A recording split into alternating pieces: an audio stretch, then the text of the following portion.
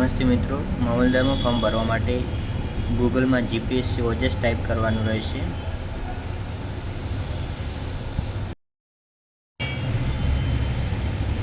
ત્યારબાદ ઓનલાઈન એપ્લિકેશનમાં tick mark કરવાનું, એપ્લાય કરવાનું.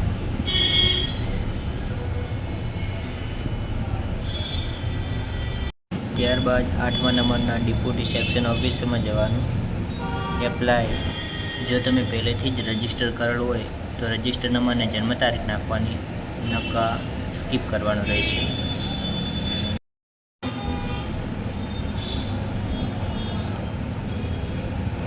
ટાઇટલ, સરનેમ, ફર્સ્ટ નેમ,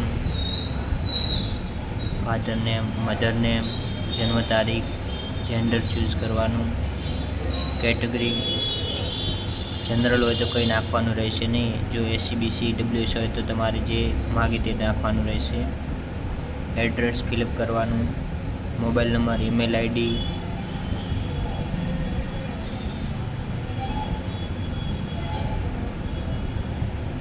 ત્યારબાદ તમારે કંઈ લાગુ પડતું હોય તો તેમાં 10મા ધોરણનો રોલ નંબર નાખવાનો રહેશે. સેમ ટુ સેમ બીજી વાર નાખવાનું. ત્યારબાદ પાસિંગ વર્ષ, ફૂલ નેમ જે છે તેમજ, અને કયું બોર્ડ છે તે સિલેક્ટ કરવાનું. આપણે ગુજરાત બોર્ડ આવશે. ત્યારબાદ તમને જે ભાષા આવડતી હોય તો તેના ઉપર ટિક માર્ક કરવાનું, બોલતા, વાંચતા, લખતા.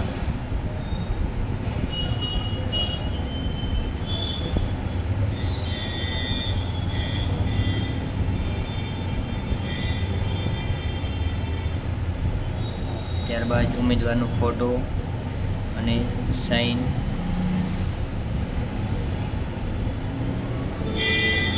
ત્યારબાદ ગ્રેજ્યુએશનની માર્કશીટ, તમારે ટકા, ગ્રેડ.